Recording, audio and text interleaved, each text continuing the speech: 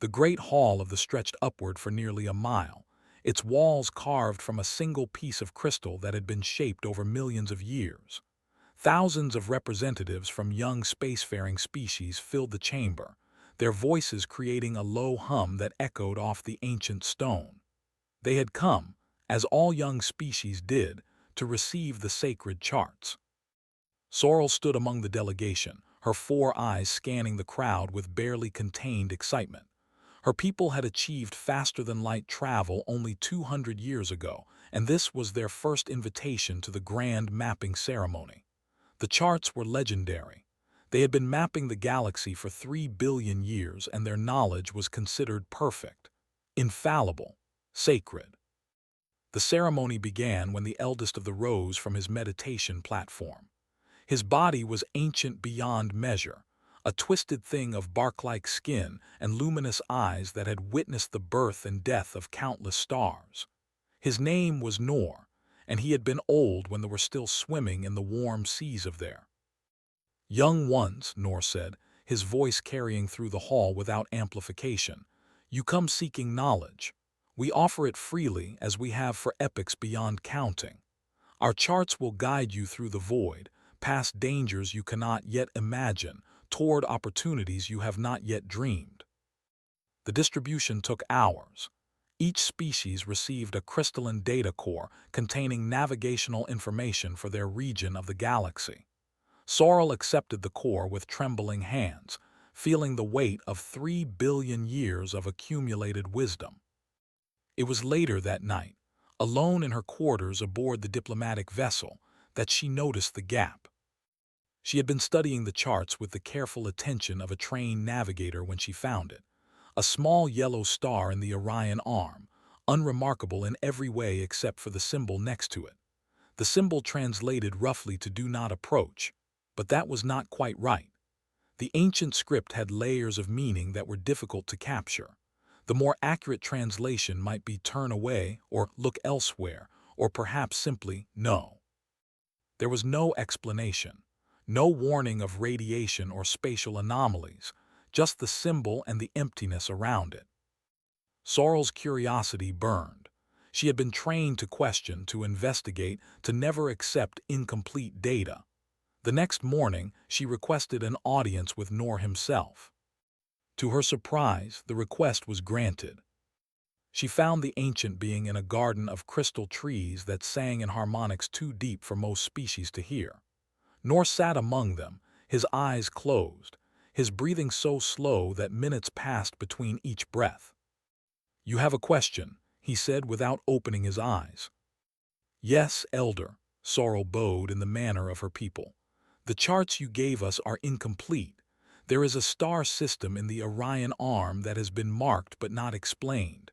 I wish to understand why." Nor's eyes opened, and Sorrel felt the weight of ages pressing down upon her. She had expected anger, perhaps, or dismissal. What she saw instead was far worse. Fear. The ancient being who had witnessed supernovae without flinching, who had faced void leviathans and survived the collapse of entire civilizations, looked at her with something very close to terror. "The system you speak of," Nor said slowly, "contains a world called Earth by its inhabitants. They call themselves humans. Then why is it forbidden? Are the humans dangerous?" Nor was silent for a long moment. When he spoke again, his voice was barely above a whisper. "The humans are not the problem, young navigator. It is what walks beside them. What has always walked beside them. They do not see it. We do." "I do not understand." "No," Nor agreed. "You do not, and that is perhaps the only thing that keeps you safe." He rose then, unfolding his ancient body with a series of sounds like cracking ice. "We visited Earth once, approximately 70,000 of their years ago, a routine survey. We their star, their planets, their primitive inhabitants." He paused. "We never returned." "What did you find?" "That is not for you to know. The records from that visit are classified at the highest level. Only the High Council may access them." Nor turned to face her fully. "Understand this, young one. We have charted the galaxy for 3 billion years. We have seen species rise and fall like waves upon a shore. We have witnessed horrors beyond description and wonders beyond imagination. In all that time, in all those countless eons, there is only one world we have chosen to avoid. Sorrel felt a chill run through her body. What could possibly frighten you? Nor smiled, but there was no warmth in it.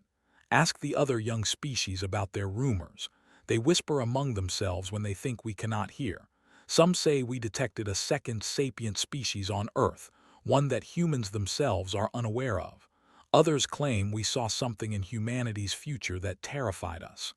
He moved toward the garden's exit. Both rumors are correct.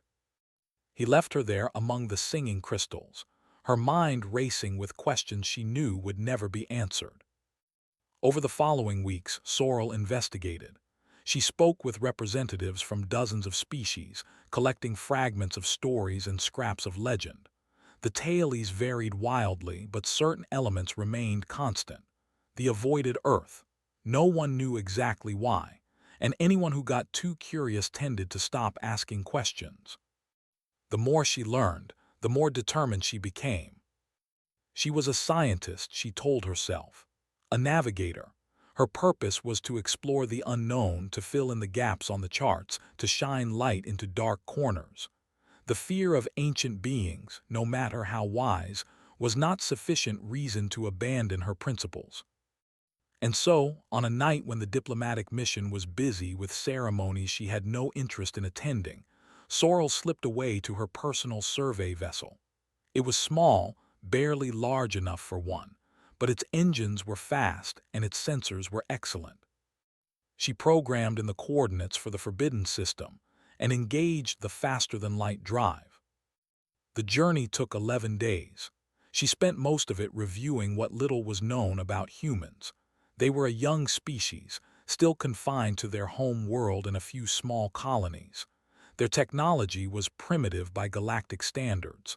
They had not yet achieved faster-than-light travel. They should have been unremarkable.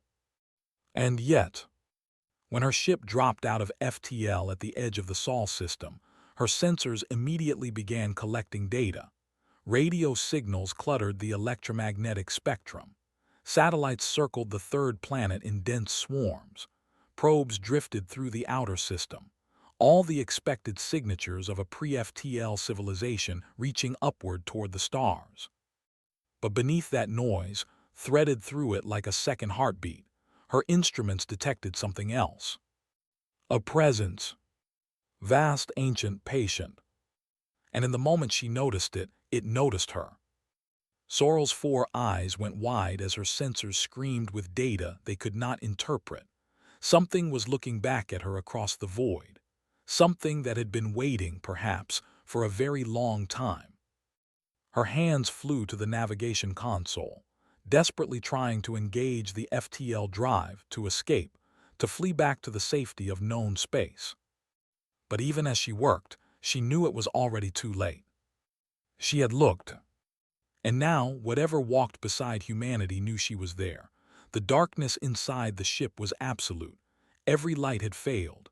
Every system had gone silent.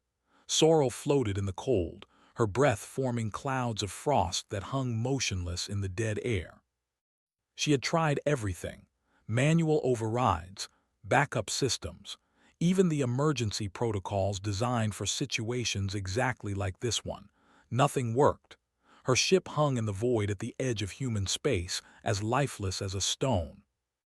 And yet somehow she was still alive. The life support should have failed with everything else, but air still circulated through the vents, and the temperature, while cold, remained survivable. Something was keeping her alive. That thought terrified her more than the darkness. Hours passed, or perhaps days. Without functioning instruments, she could not tell.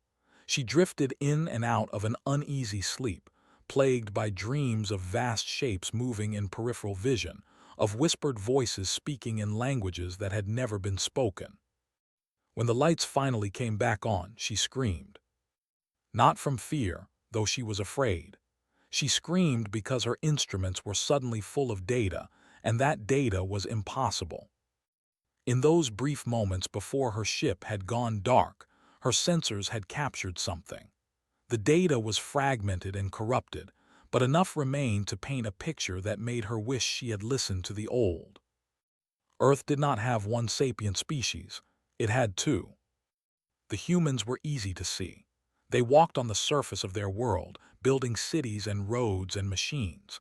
They were warm and solid and real in all the ways that matter to a sensor array.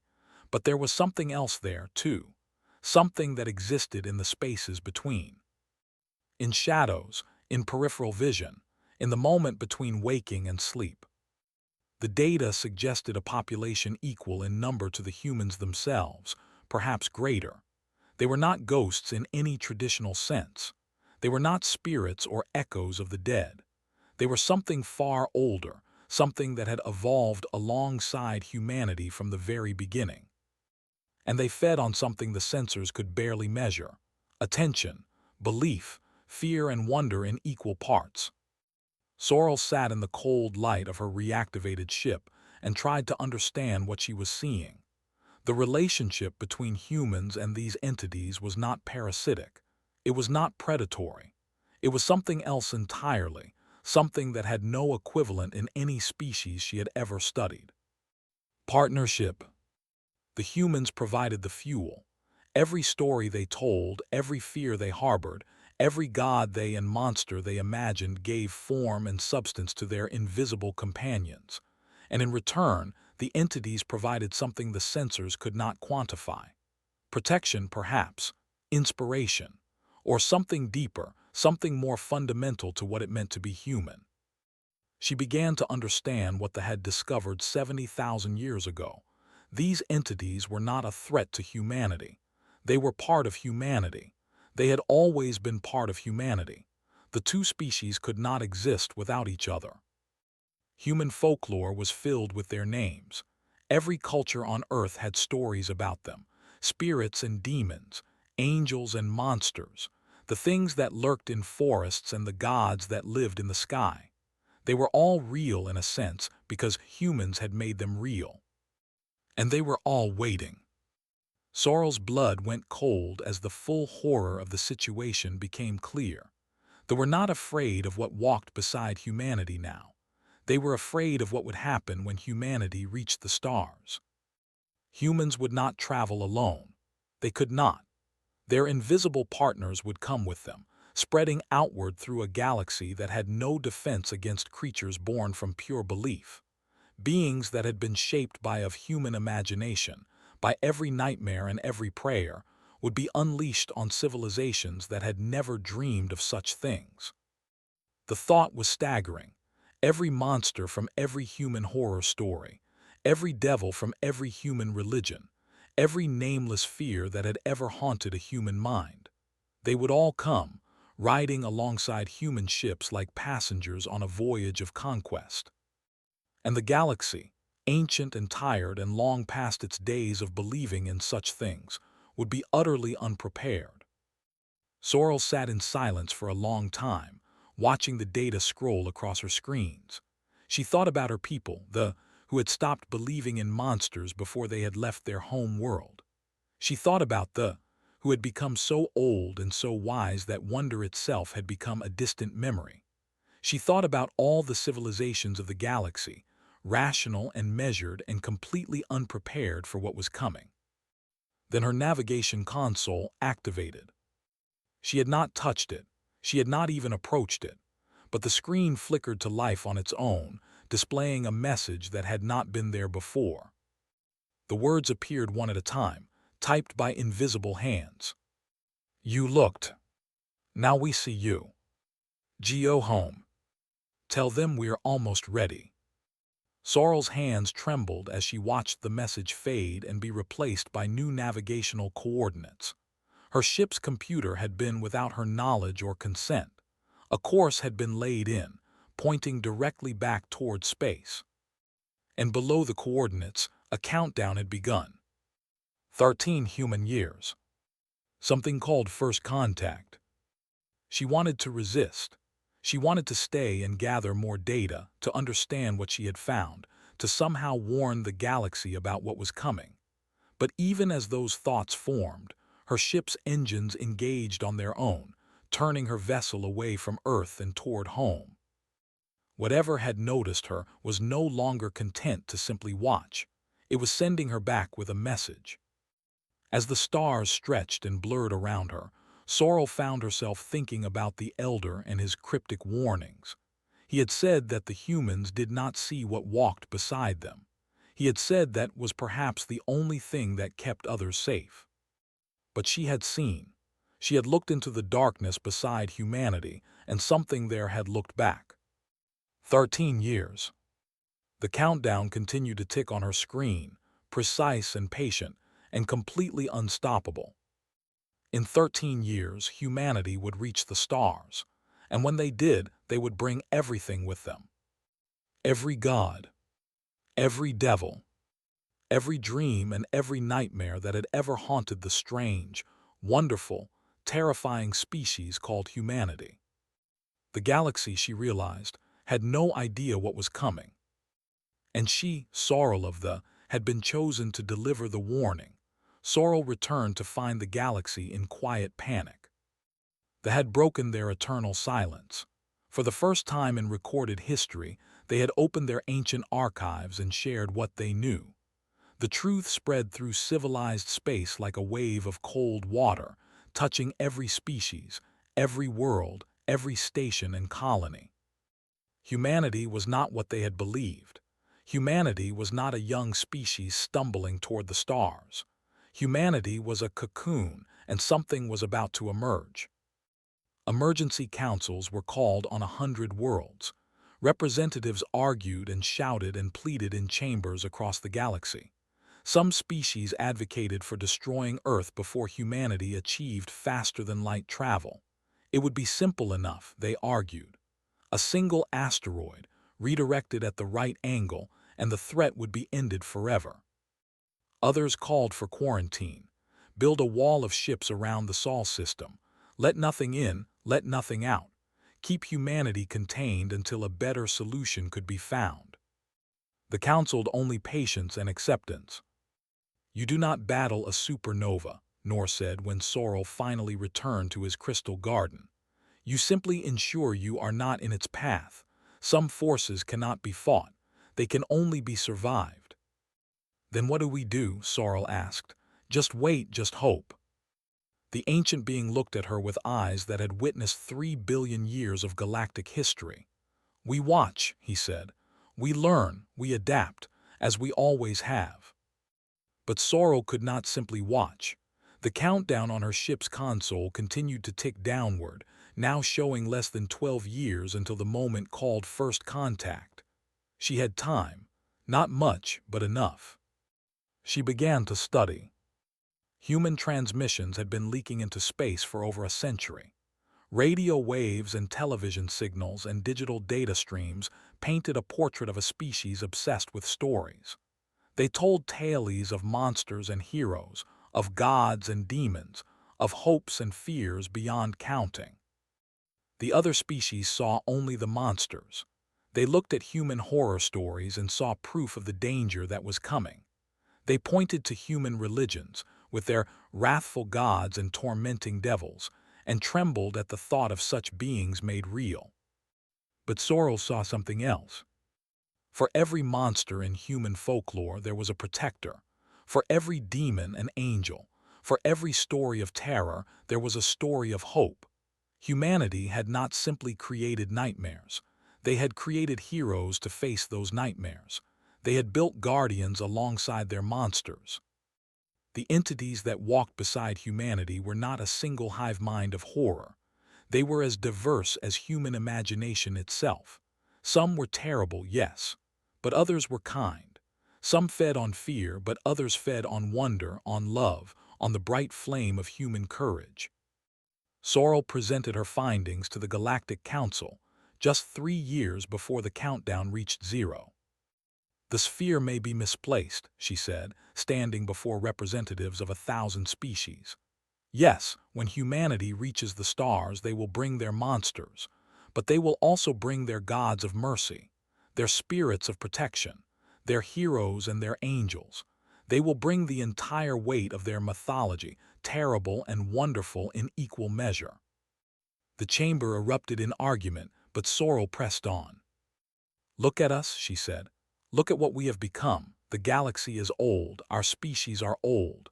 We stopped believing in monsters and heroes ages ago.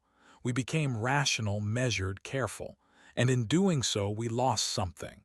We lost the ability to imagine, to dream, to create meaning from nothing." She looked at Nor, who sat in the observer's gallery. "They are 3 billion years old, they have seen everything, and they have forgotten what it means to wonder. They fear humanity not because humans are dangerous, but because humans still believe. They still dream. They still create." The ancient said nothing, but his luminous eyes were fixed on her with an intensity she had never seen before.